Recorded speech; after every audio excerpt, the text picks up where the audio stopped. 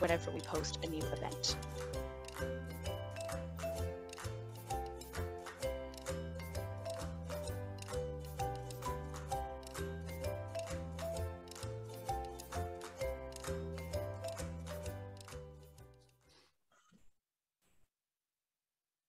Good morning, everyone, and you are very welcome to October's. Jeepers, I had to think for a second as to what month this was that we were actually into. October's, never mind the buzzwords.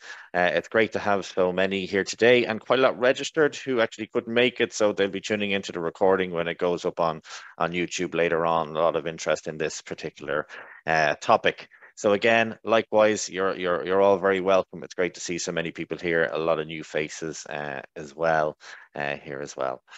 As Julie mentioned in the intro there for buzzwords, this is not necessarily a 60-minute presentation. The topic we're here to talk about today is the key or the most important kind of tools in the define phase of the make.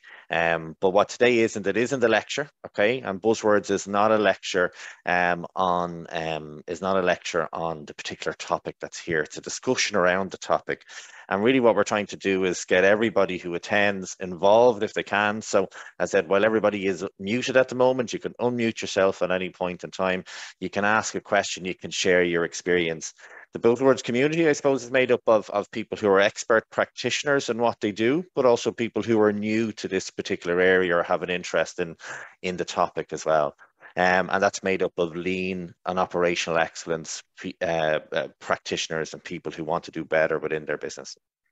There's two types of buzzwords events. We have the process and people, as we mentioned in the intro as well. This is one of the process events, and we'll talk about next month's people events coming up. But as I said, this isn't a lecture. We're not going to go into the detail, the minutiae of each one of the tools that we're going to talk about. But what we're going to hear from today, we're going to hear from myself and Eamon McKenna, who's a Master Lean Black Belt with us here in Jigsaw, about a little bit about the make is, about the tools, but kind of more importantly, a discussion on the practical implementation, and really want to try and gain your input. On them and how you feel they work in your business, and come in and ask any questions that you have. As I said, don't wait to be invited. You can just unmute yourself and ask a question, or you can just raise your hand and we'll spot you and we'll bring you into the conversation as well. But please do get involved as much as possible. Guys, you want to pop your videos on or pop your any questions you have into the chat also as well. It'd be great to kind of see some of the faces that are here. Hi, Michelle. So 5 tuned in from Wealth Options this morning. My goodness, and you're actually all watching on a big screen as well. So that's great to see as well. So what is the make? Okay, so we'll start with just a very brief overview of what the make is. It's a 5-step method for improving existing problems within the organization, and particularly problems with unknown causes within the business. The DMAIC can be classified, I suppose, as what we call an iterative cycle employed to optimize existing processes, and it forms the basis of a systematic and fact-based project work that's going to achieve sustainable and measurable results within the organization. The aim of a DMAIC project should be to raise quality by reducing rework and scrap, but also reduce the stocks and cut cycle time and really just improve the way things are in the business. And it should really be used to address complex problems. So what does DMAIC stand for? Now, as many as you might know already, DMAIC stands for Define, Measure, Analyze, Improve, and Control. Okay, and each of those are the key kind of steps in going through the project life cycle. I'm not going to go into them in great detail today. What we are going to talk about today is we're going to talk about the define phase. But just an interesting graphic that we kind of have here on the make as well, which I think is kind of really explains what it is. So we should have a real problem, okay, which is our define phase. We try and understand that real problem more thoroughly by measuring it, and then we can kind of convert it into what's a statistical problem. Then from that statistical problem through analysis in the analysis phase and the improve phase, we can try and identify a statistical solution. So a solution that looks like it should work and should improve measurements. and then try and come up with a real solution in the real world, which then can be implemented and then controlled through the control phase.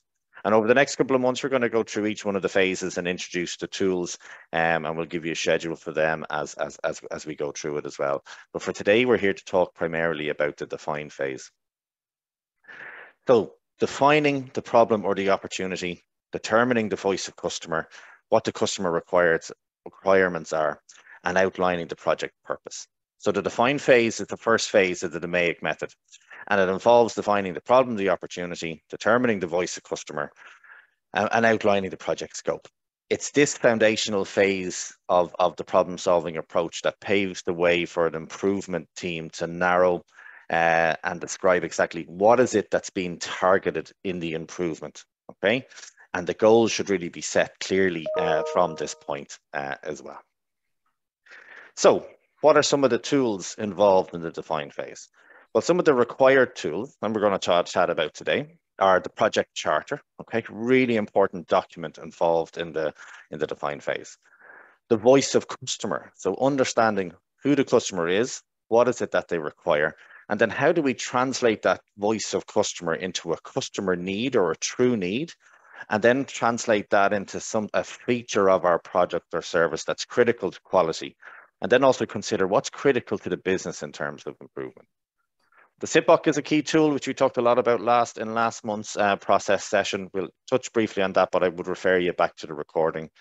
The process walks and the detailed process maps is understanding the flow of the process through the organization. And that's actually going to come up in a future session as well. Stakeholder analysis and communication plan. Some of the supporting documents there really are key. So selecting a right project, being able to evaluate a project, the RASI matrix or an action plan, the process walk again, which fits into the Gemba walks, which we're going to cover off next month.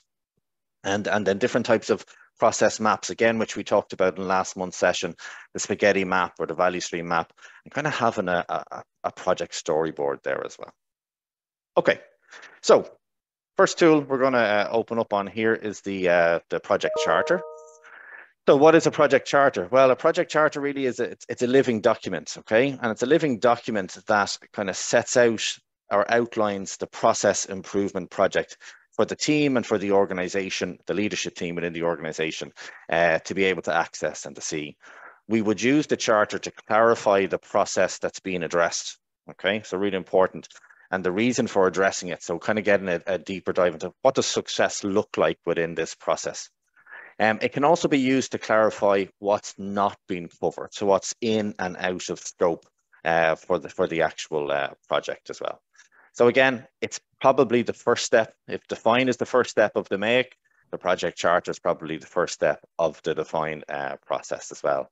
And it needs to be updated consistently or periodically, but consistently across the actual project lifecycle as well, and referred back to when updating dates and so on. So very briefly, the project charter should include the problem statement, which we'll talk a bit more about next, the business case, the goal statement, the timeline, the scope, and the team members.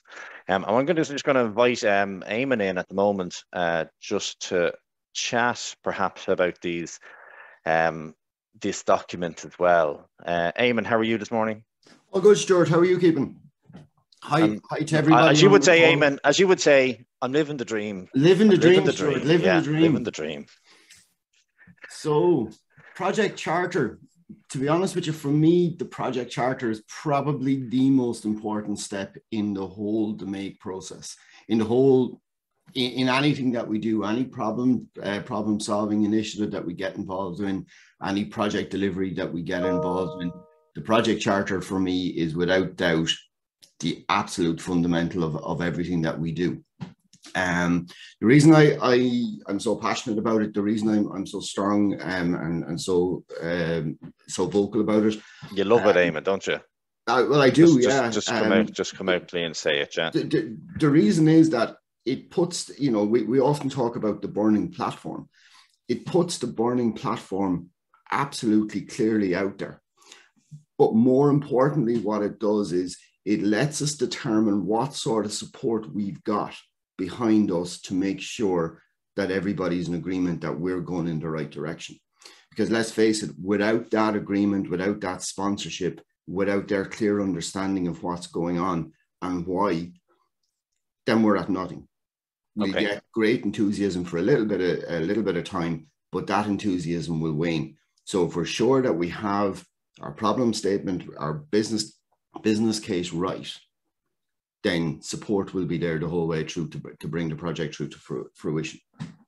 And then, I mean, it really does have everything in it. And, you know, we've a couple of different parts we're going to take a deeper dive on. We're going to take a deeper dive on the problem statement. We're going to take a deeper dive on the roles within it. Primarily, they're the two areas we're going to go a bit deeper on. But, you know, just in terms of the roles, like, some people say the sponsor writes up creates a project document. In your experience, you know, who creates the project charter and who coordinates it and gets things going? For me, it tends to be the project lead, as in the lean practitioner that would be hands-on writing up the actual document. But it's not a solo run, not by any means. There's lots of discussion going on in the very, very early phases with the sponsor, because they're the ones who know where the problem is. They've got a vested interest in getting it solved. So we've got to make sure that we have them on board the whole way through.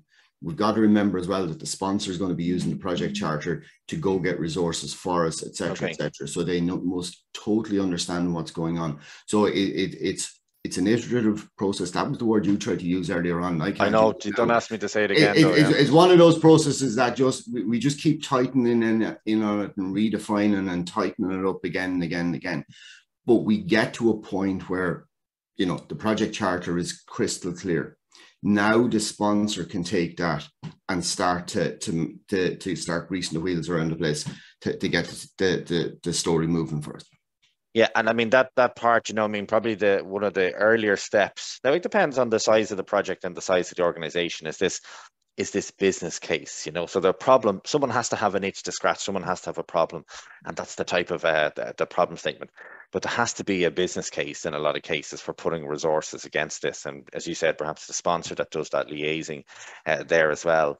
And the business case kind of involves describing the situation, you know, and emphasizing what the project actually means and its importance. And you can see here, I'm just going to zoom in here on this particular part here about the business case.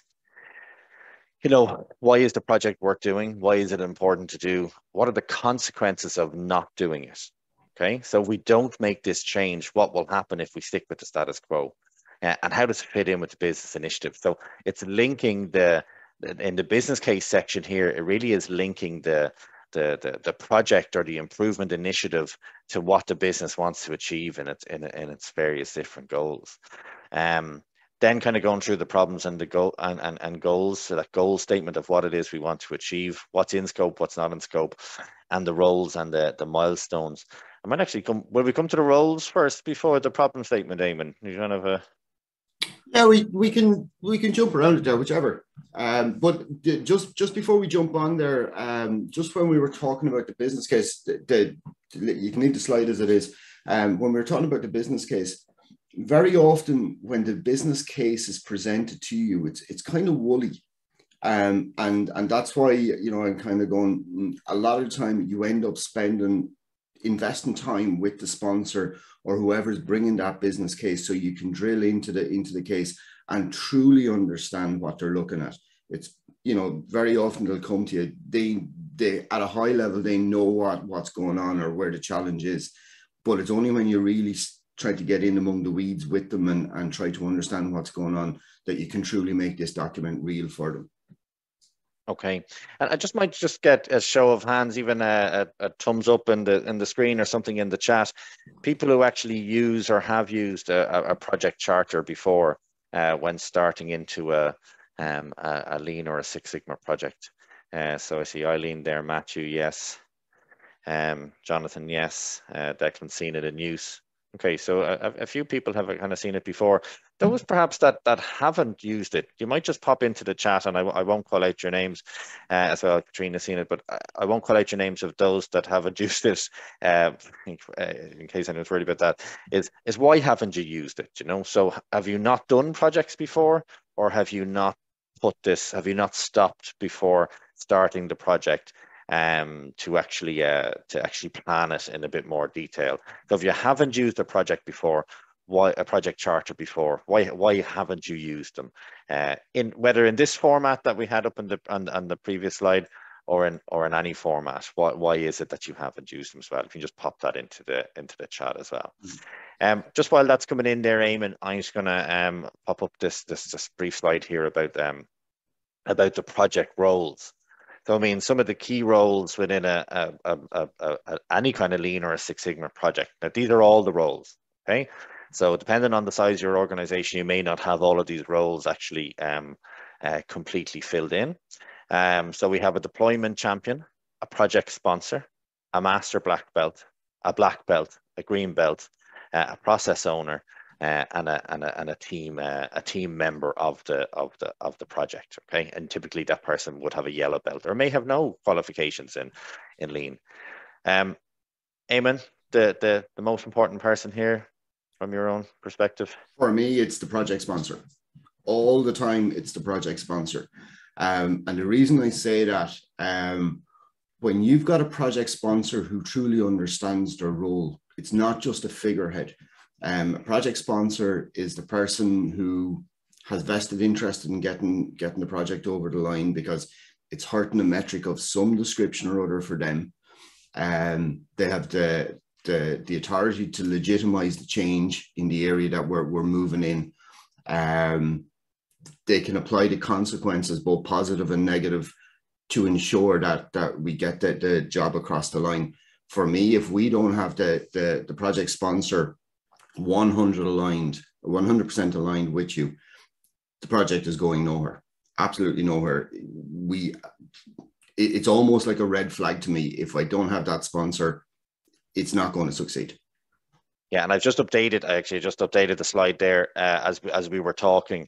Like I bring the project sponsor in a lot of organizations is also called the champion. Okay, yeah, you may have heard this phrase, anyone who's starting out in their Lean journey, but to have someone who's the Lean champion, you know, and really the Lean champion within an organization may take part in a project depending on the size of the business, but kind of guarantees that the required resources are available and assembles the project team. They can be responsible for the team's monetary or the financial results, reporting to the executive committee. And, you know, in bigger organizations where there's more of a Lean infrastructure, they would carry out the gate reviews or the sign-offs on the project. So they would oversee a lot of projects, look at the gate reviews, and a toll gate is a principle in a Lean project that when you complete the define phase, that you actually have a checklist to go through to make sure that you've covered everything off. So we'll carry out those gate reviews together with the black belt who's leading the project, and the master black belt who's perhaps similar to a program coordinator. Just a little bit more about the different roles. You know, a master black belt is engaged full-time in Lean and Six Sigma initiatives in an organization, coaches and trains the black belts and the green belts, and coordinates the projects and the project proposals, works closely with the champion and also in many cases with the executive team, but also then works closely with the process owners, okay? So maybe launched into a specific core process to support them as well. A black belt, again, also engage full-time in Lean and Six Sigma initiatives. They can guide and contribute to the various projects that are going on, lead projects as well, work closely with the project sponsor, organize, coordinate gate reviews there as well.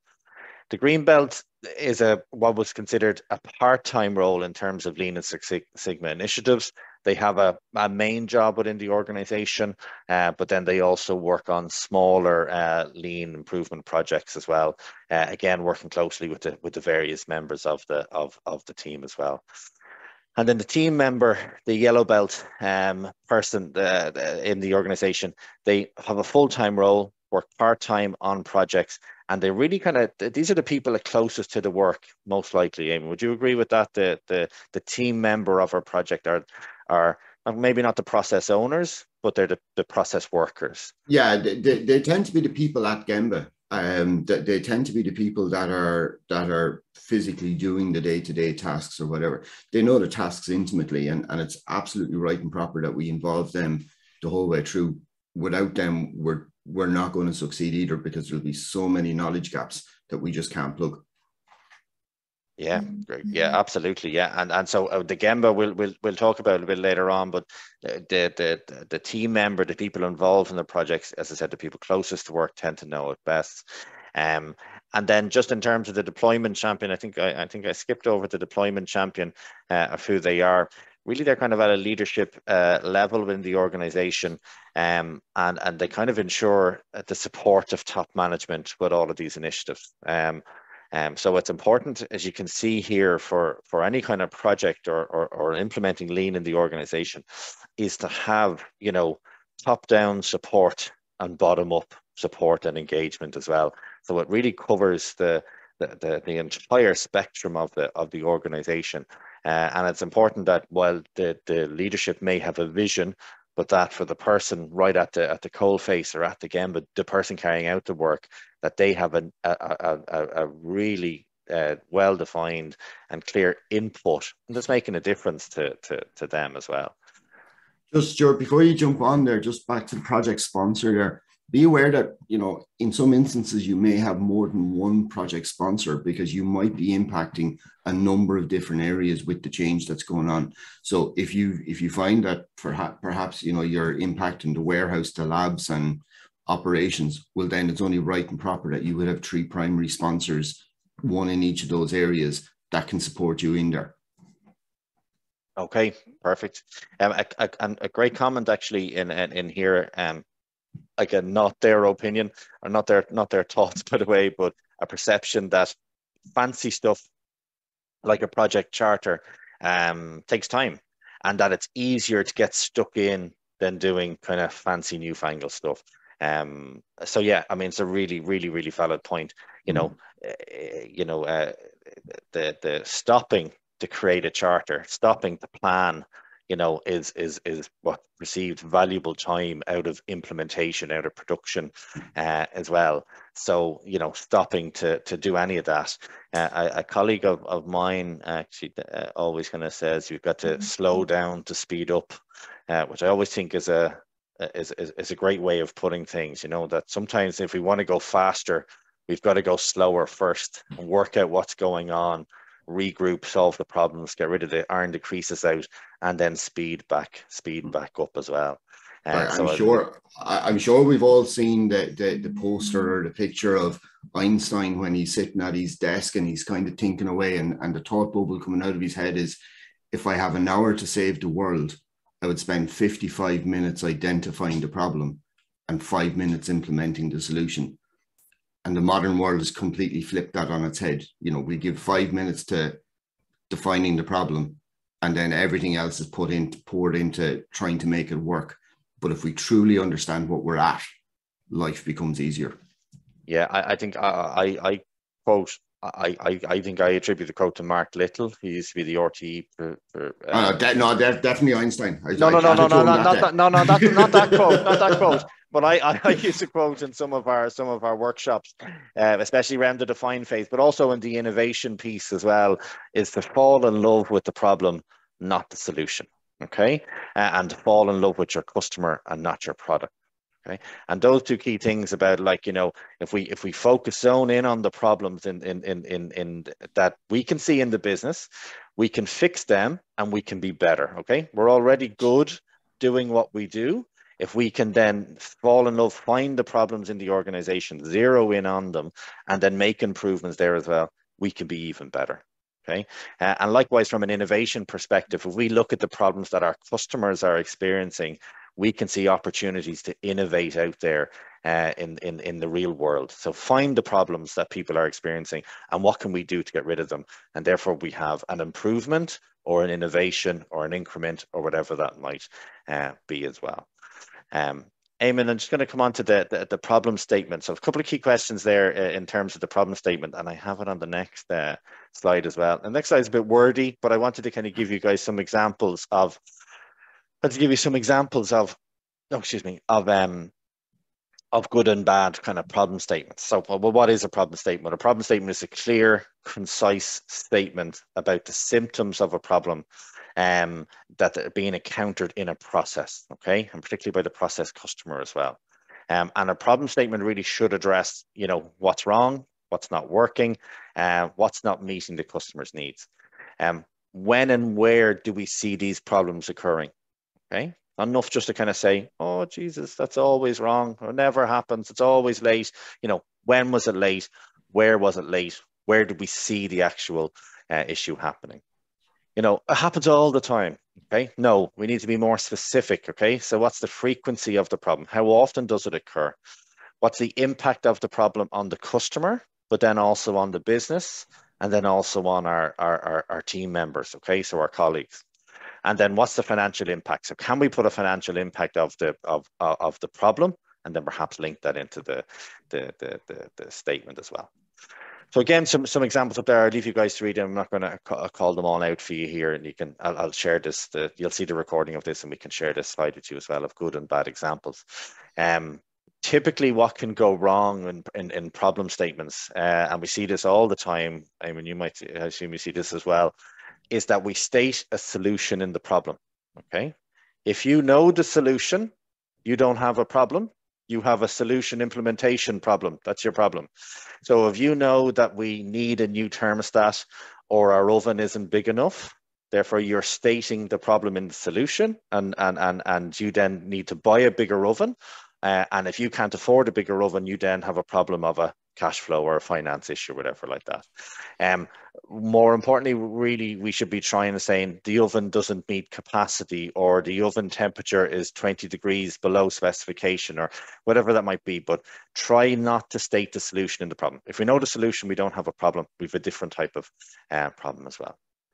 Another pitfall people come up with as well is they state a problem that's too large. Okay, so we talk about tout le monde, so the whole world, the whole organization, the whole of everything as well. So we go for too large a problem. Okay, really, we need to be as specific as possible. So we want to say that this operation in this production cell is experiencing a 15% rejection rate on this particular product. The more specific we can be, the more, the sooner and quicker we can get to actually solving the actual problem as well.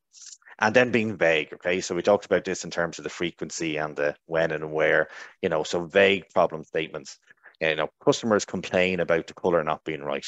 Okay, and really that should be more specific. 1 in 10 customers report discoloration on the right hand side of this particular part on this one particular instance. Okay, so trying to be as specific as problem. So stating the solution, too large a problem, vague problem statements. Eamon, would you concur with that, or any? Absolutely, yeah. And like, if you think back to what I was saying about when the sponsor or when the business case is first presented to you, it tends to be that woolly, kind of very woolly, it's not working. Yeah. And when you start to interact with the business or the stakeholders, then you can start drilling into that. But for me, when I'm doing it, I will always have four keywords down on a sheet of paper, and I will get the information to fill in the gaps. It's the what, the where, the when, and the extent. And I will gather the facts, the data around the 4 of those statements, and then we'll make up a sentence or 2. But if I'm going any more than maybe 2 sentences long, I'm going, no, this isn't clear enough. We need to drill back into it again. Just because there's loads of words on the page doesn't mean to say we have a good problem statement. It's clarity of thought is what we're looking for here. Yeah, and there's plenty of tools out there to kind of to help you build them. Okay, but as I said, if you're addressing these questions, it's you should be okay. Okay, so if you're clear on what's wrong, what's not working, when and where, the frequency and so on, you should be able to build up that sentence or that problem statement then as well. What would you say the biggest challenge people have, Eamon? You kind of mentioned there about the clarity, but I think the biggest challenge that a lot of people face is the fear of going after the data to support the problem statement. So, normally when it comes to it's we need to get this done now. Somebody I just saw in the chat that they don't want to do the what they kind of perceive as the meaningless stuff at the start. They just want to get in and get it fixed. But it's kind of back to the Einstein thing. Like, if you don't get it right at the start, you're going off to solve a problem that's probably not a problem. Whereas if you've got the facts and the data around your problem statement, and that does mean the numbers, the percentages, the whatever, and it will take you time to get it. That's okay. Invest the time, get the clarity, and then you can use that then as the launch pad to success. But if you don't have it, you will find yourself spinning your wheels, or halfway down the line you'll go, oh, this isn't working out the way we thought this was going to go at all. Yeah, it is. It's back to that slow down to slow down to speed up. You know, exactly. And the thing with lean projects, and I actually haven't got a graph of this, probably should have popped one up, is quite often we will see if you were to look at an activity chart of a project, a normal project plan, and you'd see kind of like a fairly steady line moving towards the finish date, and then a burst of activity towards the end of the project. In lean, that thinking would be probably on its head, is that you kind of put the activity in at the start, you know, so the define, the measure, the analyze, and then as you get to improve phase, it starts the workload starts to slightly lighten off with the change as well. So you front load so much of the effort to have a much more consistent approach as well. For me, the thing I come across all the time, in terms of problem statements, is if I ask people what's a problem they're experiencing in the organization, they start to list off everything that they've changed or improved in the last 12 months. You know, they talk about the problems that they've solved in the business. Is that something you come across, Simon? Yeah, I guess I think just to that point, it's a case of they probably just don't know where to start. That, you know, the reality is that, you know, lean and lean implementation and lean practitioners, we're disciplined about how we go through the models to get success at the end. And if you don't have that discipline, it can be very hard to kind of go, well, I'm going to take a bit of time out now to write a problem statement. You know, if people don't know what you're doing, maybe there's a fear of, you know, what is this guy at here? Whereas if you can do it with confidence and enthusiasm, you know, then the solution is definitely on its way. Yeah, and I think in a lot of cases, especially for companies starting out, they don't know it's a problem, or it's a problem that they've experienced for a long time and they've accepted that problem. And normalized the variance. Yeah, you know, and it's just like, well, it can't be changed, so it's not a problem. Again, it comes back to that kind of, you know, well, it's still a problem. Even if we can't fix it, it's still a problem, and it should exist somewhere, so that when new machines or new process or new technology arrives, we are actually able to make those kind of improvements. And I mean, one of the tools in terms of kind of getting out there as a coach, as a kind of lean coach coming into businesses, is kind of getting to the Gemba and kind of going and seeing the issues as well.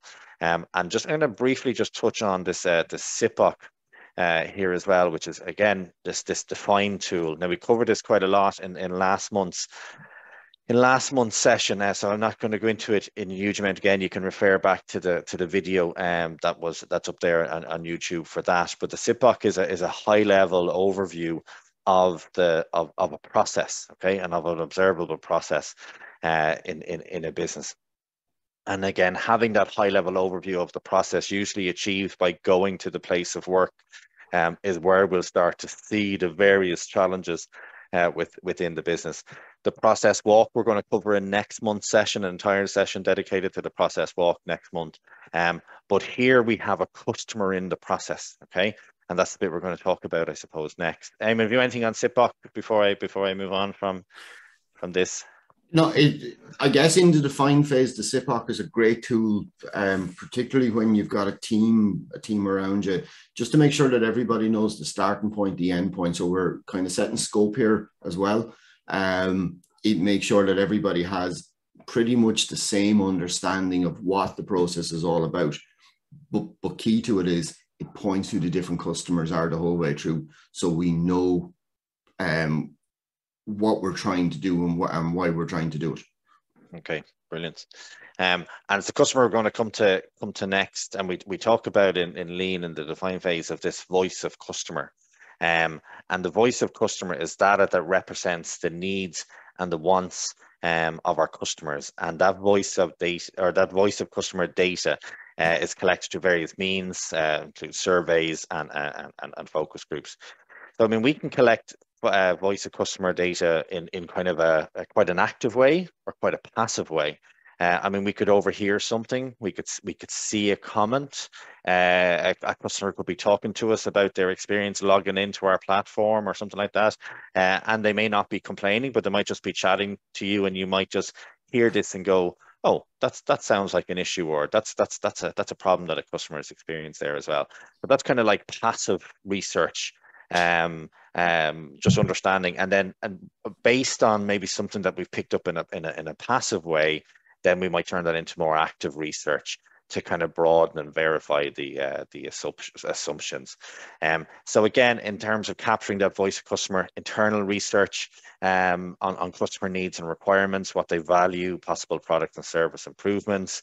Active research, okay? Now remember, from a customer's perspective, we're talking about the customer of the process, as well as our external customers, okay? So we've got internal customers and external customers. We've got the people who buy from us, but then we've also the people who utilize a process or receive the output of our process as well. So one of the active ways, again, we touched about this going to the Gemba, observing the customer or the process owner at work in order to better understand their environment and their activities. We can have one-to-one interviews, so having conversations with people. They can be designed, they can be ad hoc, trying to work out what it is that people require from the process or the outputs from the process as well. Focus groups, so pulling together groups of people and interviewing them together, again, applies internally and externally. Again, what we're trying to do is we're trying to identify the views of a group of customers, and that group really want to make sure that when we select them, that they represent a customer segment. Okay, so we want to be a bit clever and strategic in how we pick them. And then obviously the biggest scale, that we can get voice of customers through a survey. But with surveys, people can be slow to answer surveys, as I'm sure many of you know already. So sometimes what we can use a survey do is design the survey based on the qualitative information that we've got from the focus groups, and then look to validate or accept or reject the hypothesis gained, repeat this Six Sigma knowledge, from the focus groups and the one-to-one interviews as well. But again, we can get large sample size, large sample data, and kind of hard facts for making decisions as well.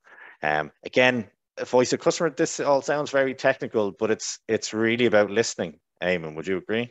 Yeah, it's listening, and it's asking, and it's not being afraid to ask. Like in my experience, working with guys in the outside world, many of them make assumptions based on as to what the customer wants or what the customer expects and all this type of stuff, and that can lead to significant over processing, all of those type wastes going on there. So when we're a little bit braver and go out and actually say to them, okay, look, this is kind of the high level of what you said you wanted, but I just want to drill into it a little bit and make sure I understand you right.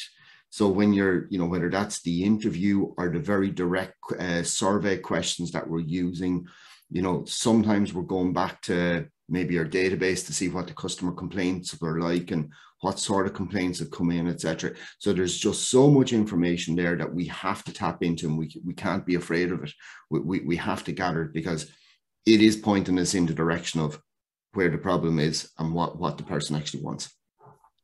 Yeah, and it's as I said, the parts that I put up here, they all sound, this is very structured voice of customer activity, but it really relates to looking and hearing. Okay, with 2 eyes, with 2 ears, and with 1 mouth. So it's looking and it's listening. Very frequently to the people that we're working with. In my role as a kind of lean coach, you go into an organization, and if you say to people, do you have any problems? And they might rattle off 1 or 2 problems, as I said earlier, that they've solved. But then you get them to show me a process. I was with a client the other day, no problems. We've no problems here, nothing to see. And I say, okay, let's walk through your booking process. And we walked through the booking process. And as we went through the booking process, I was saying, show me. And I watched and we listened.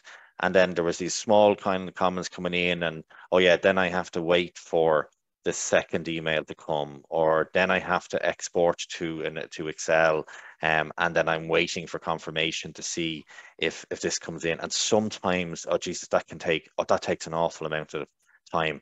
And then so you're waiting to hear for that moment that the person has or the customer of the process has actually, has actually described an issue or a problem that they're having that perhaps they weren't able to vocalize before as well.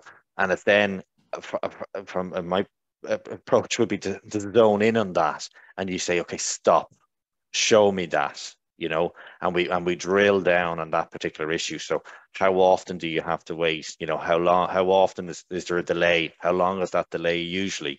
Why does it occur? Is there a pattern to it? And we're drilling down. We're not trying to solve the problem, but we're trying to understand the frequency of it and why it might occur and what's actually happening. And, are there particular triggers to it? And is it related to this? And is this the only person that's doing it? But before actively listening to the person share their experience, they had no problems. They didn't even realize this was a problem until they started walking through it. Is that something you come across, Eamon? Yeah, just to that particular point, in many instances, and I see it all the time, in many instances, it's not a problem because that's how it happens every day. Yeah, they've normalized what's going on. When what I'd be a big fan of pulling out the flip chart and the marker and drawing out the process in detail, process map it out. And, they're quite happy to see all these churns with decision points where, has the email come in yet? No, it's putting it into a wait loop and you're back to check it again. That's normal for them. And it's only when they see it drawn out like that and you're going, lads, these could go straight through. And it should go straight through, but we're allowing all these loops to happen. And then they see the problem. They don't see it as a problem for the simple reason they do it all the time. They've accepted it.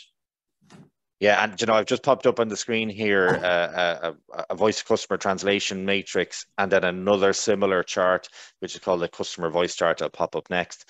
And in this case, these are end customers, okay? And if you take the likes of the third line down there, where it says, sometimes my order is cold when I come to get it, okay? So that's a customer comment that they've experienced. And that would lead into this kind of the issue that they're experiencing, or the issue in terms of the process is an accuracy issue, okay? And then setting a requirement from the customer that the hot food should always be at a certain temperature when we go to pick it up. Another customer comment might be, I'm tired of waiting. That relates to timeliness, and then putting a metric or a customer requirement or a specification on that particular process as well. So this kind of type of tool here, the voice of customer translation matrix, it translates the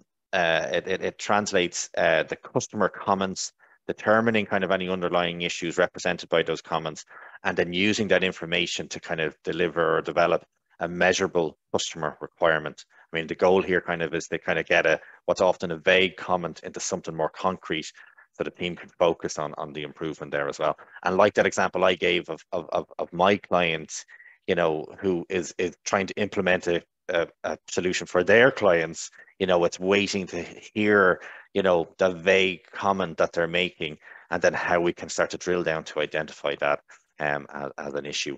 A similar tool, but called something different, is this kind of customer voice chart, where we kind of have this input or this complaint. Examples here of a car hire place.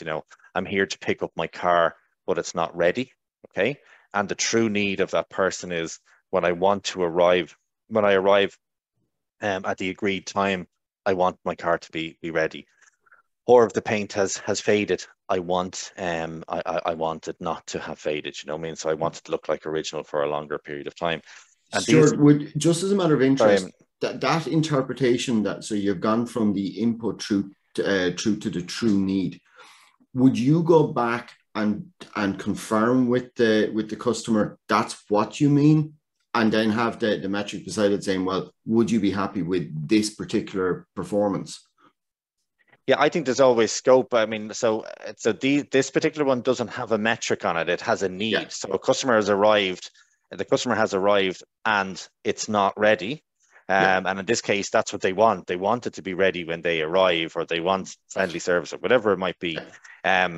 And then it's for us to kind of then put a metric on that. And I think the previous tool kind of goes as far perhaps as putting a metric on it, and you could add a column here. So it actually puts a metric. It should be at this level. Yes. And the true need here in this particular tool here, hasn't put a metric on it, but it would then start to count as a defect if a customer arrives and the car is not ready. And that should be 100% of cars should be ready at the specified date and time, like the Ryanair or whatever bell it rings when the plane arrives on time.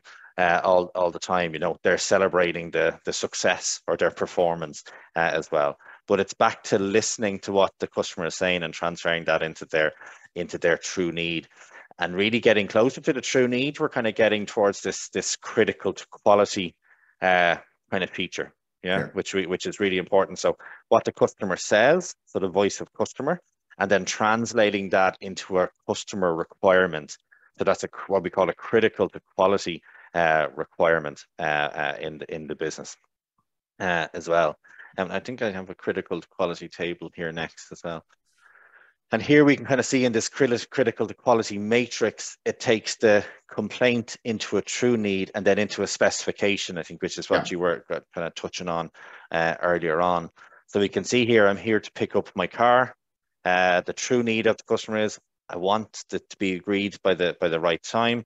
And then the critical quality to feature is, each order should be completed by the agreed date and time. Yeah. You can see a very specific one in terms of the paint above, where they've actually gone in like any was in manufacturing or production, we're probably used to seeing, specifications or thicknesses or, diameters or upper specification and lower specification. So here they've actually come up with, a very specific metric or CTQ of what the paint should be, how many microns thick it should be, and then they should have a testing process in from them as well. I guess the big value of this, though, is it gives us a pass-fail on each of those attributes the whole way through. Now we can measure it and determine success. Yeah, and it comes back to the problem. Like if we then have this critical to quality feature of cars not being ready, toasted sandwiches being soggy, or whatever business we're in, or whatever the process output is, then if we see that metric has slipped, okay, if we see that metric has slipped, that then kind of feeds back into the problem statement. The 6 customers in October arrived, and their cars weren't ready, their sandwiches were cold, or whatever the problem might be, and that then becomes the problem to solve, the project that goes into the problem statement and the project charter as well. Really, these CTQs are, they're describing the customer requirement, so not the solution. Okay, so again, we're back to the problem that the customers experience, not the solution. They should be measurable. Okay, they should be concise and positively formulated if we can. Okay, and then broken down into one unit of production or service as well. So trying to be as specific as we can as well. Have you anything on any more on that, Eamon? Or? No, it gets us to where we need to be in terms of setting up the project. This is exactly what we're doing. This is what we're striving to achieve. And I guess what it does for us as well is, at the end of the make process, we can look back and say, well, that's what they've asked for. Have we delivered? Yes or no? So it becomes a black or white scenario for us, which is always a great place to be. Yeah, absolutely. Absolutely. And this, I mean, we're talking about critical to quality here. So this is for a type of project that's tried to improve the speed, quality, timeliness, whatever that is for a customer. And again, important to remember, I'm sure I'm banging on about this an awful lot. It's not always the external customer, okay? It's the customer of the process. So whoever receives the output of the process, that's the customer in question as well. But there are times when we carry out a project related to improving something within the business. And in that case, we would kind of move into this tool in the define phase called like a critical to business tool. Okay. And the critical to business tool really specifies the key requirements of the business, in particular for an efficiency driven project. Okay. And really we want to formulate any of these kind of critical to business metrics in clear and measurable terms as well. So we might have a business owner complaining about the costs are too high. Okay. And again, really we want to turn that into, similar with the critical to quality, we want to turn that into a true need. Okay, so we can take that into a true need, and the true need of the business or the process owner might be, I want to stick to the budget and reduce the costs of bad quality. Okay, specification, they might set a target, I want to reduce costs in production by 10%. Okay, we can see here turnover is the turnover is decreasing. True need, I want to increase my turnover. Costs are too high again here as well. I want to stick to the budget and reduce the cost of bad quality. That is in twice for some stupid reason. But again, what's actually happened here is we have two different critical to businesses on it. So the critical to business requirements is for the costs are too high, is to reduce rework rate from 30% to 5%. Okay, want to get this process down from 1 hour to 30 minutes. Okay, that's going to reduce my costs. Okay. Next one here in terms of turnover is down. We want to increase turnover from 384 to 560. Okay. Potential solution to do that is increase capacity. Okay. If we can have less rework or less, if we can go from 30% to 5% in terms of reduction of rework, we in theory could increase our capacity as well. And then in terms of reduction of rework, for reducing the cost there as well. So important to listen to what the business wants to achieve as part of it as well. Customer is key, but the business might want to has an issue or a problem that it wants to solve as well. Eamon? Yeah. I suppose the only potential alarm bell that can go off if you're in a CTB type project, a critical to business type project, is that we've got to be very mindful of the customer the whole way through.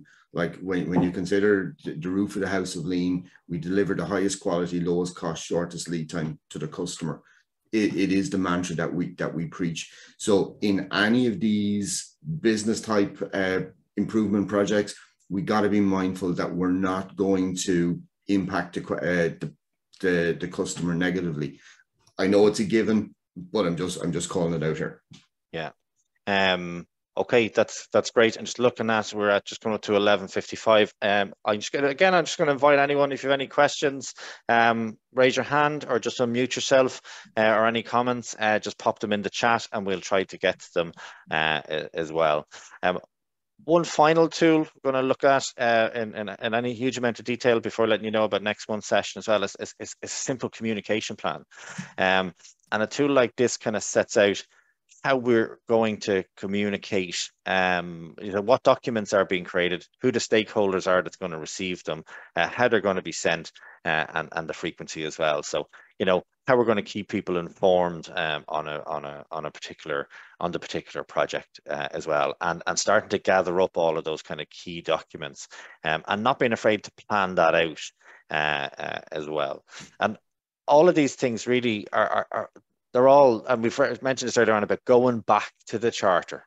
Okay, so you get back to the charter. We now have kind of gone through, we've gone through the problem, we've listened to the customer, we've either a customer issue or a business issue that we want to discuss. So creating that well thought out and constructed kind of problem statement. What are the benefits in it for the business? What's the business case for change, particularly if investment? Your goal statement kind of coming from your critical to quality or your critical to business. We want to achieve, we want to increase or decrease this from a baseline of that to a target of this within this specific time frame as well. We kind of know what's in and out of scope, who the team members are. And what the roles are in them as well. and then having our timeline for the various different times and dates. Some of the tools we didn't go into detail on, and the reason I didn't go into detail on is that we're going to chat about them a bit more in future sessions. Kano model in particular, in 2 sessions from now, I think, is a technique that categorizes customer requirements into 3 types. So delighters, satisfiers, and dissatisfiers. Delighters really are features that are perhaps one-dimensional. Customers don't know they want them, but they're delighted to find them. Okay, they're kind of like a bonus that a customer gets from going with us. Satisfiers, these are core features that customers are aware of, and they improve customer satisfaction. Okay, the better we do them, the happier the customer will be. Dissatisfiers are the very basic features of our products and services that are absolutely required, you know, and us doing them extremely well won't necessarily make the customer very happy, but us not doing them or them being absent from the process will make customers very dissatisfied. Okay, so they're like saying, you know, An Post delivered my parcel on time. Well, you're supposed to deliver my parcel on time. Okay, so it's not really a satisfier. The presence of it doesn't necessarily satisfy me. The absence of it would usually dissatisfy me. Get it to me earlier, I'm even happier. Get it to me with a bow on top. That's a delighter, and I'm really happy with it. The thing with delighters is quite often they can be cheaper or easier to actually implement, but over time they become standard features of our product. The other thing really just kind of links into next month's session then as well, is Gemba and process walks. So next month's process session is going to be on going to the Gemba and process walks, you know, how to conduct a process walk, you know, how to plan for it, who we should ask, you know, and the different types of approaches. And again, next month, Eamon and hopefully Mick will join us as well for that particular session. That's the November 23rd at 11 a.m. and we'll send you out the links as well. And the next people buzzwords, as you said, we have a people and a process buzzwords, all looking at how to be better business or operational excellence. Is about the lean leader, or that leader in operational excellence, so being authentic, the authentic and transformational leader, and that's on the 9th of November.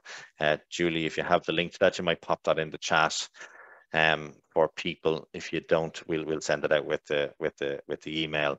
So they're the next 2 sessions. So the authentic and transformational leader on the 9th of November at 11 a.m. And then the session after that then will be the Gemba walks and process walks. Again, we'll send you out all the booking links for them. Okay, guys, it's just 12 o'clock. Don't forget to stay in touch. Join the LinkedIn group. Follow the Jigsaw Better Business on LinkedIn. Follow us on Eventbrite. You'll be the buzzwords on Eventbrite. You'll get to know about events there first as well. And join the mailing list on Eventbrite, and we'll stay in touch with you through our normal channels as well. And yeah, thanks a million. Any questions, get in touch. And I'm going to stop the recording now. And if anyone wants to stay on and chat, myself and Eamon will hang on here for a little while as well. So thanks, everyone. Cheers, guys. Thank you. Thank you. Thank you. Bye-bye.